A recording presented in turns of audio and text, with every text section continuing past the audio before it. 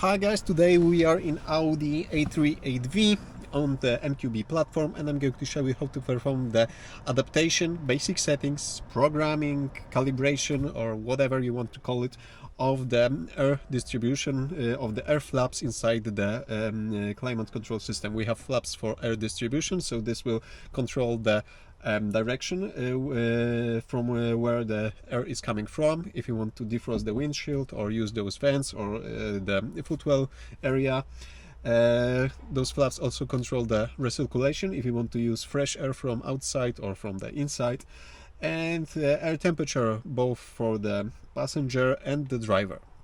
So if you have some issues with the air distribution or air temperature, or you hear some noises from the dashboard, like something is currently and non-stop adjusting, well, you might just perform the basic settings over here, and hopefully this will fix your issues. So if you have Volkswagen, Seat or Skoda, you most likely know that there's a button combination for the Climatronic module to perform those basic settings, but sadly in Audi you cannot do this without a diagnostic interface. So I'm using OBDeleven, and we can see that it's already connected over here to the OBD2 port, but you can use VCDS, VCP or Audis or whatever you want.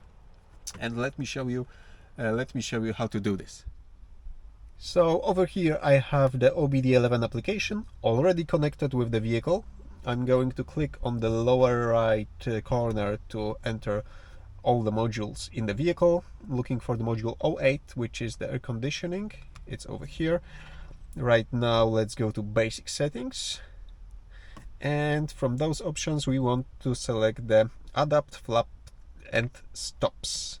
And let's just slide to start. You can see that the Climatronic module starts to blink. We can hear the fan, we can hear the flaps moving under the dashboard,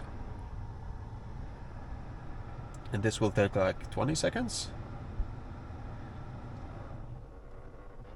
after which it stops flashing. Here we have that the status is not active, and the system should be calibrated.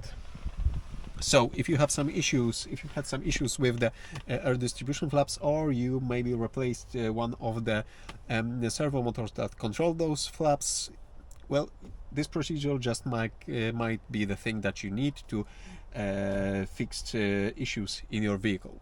Okay, that's it. Thank you for watching. Give me a thumbs up if you like this, and see you soon.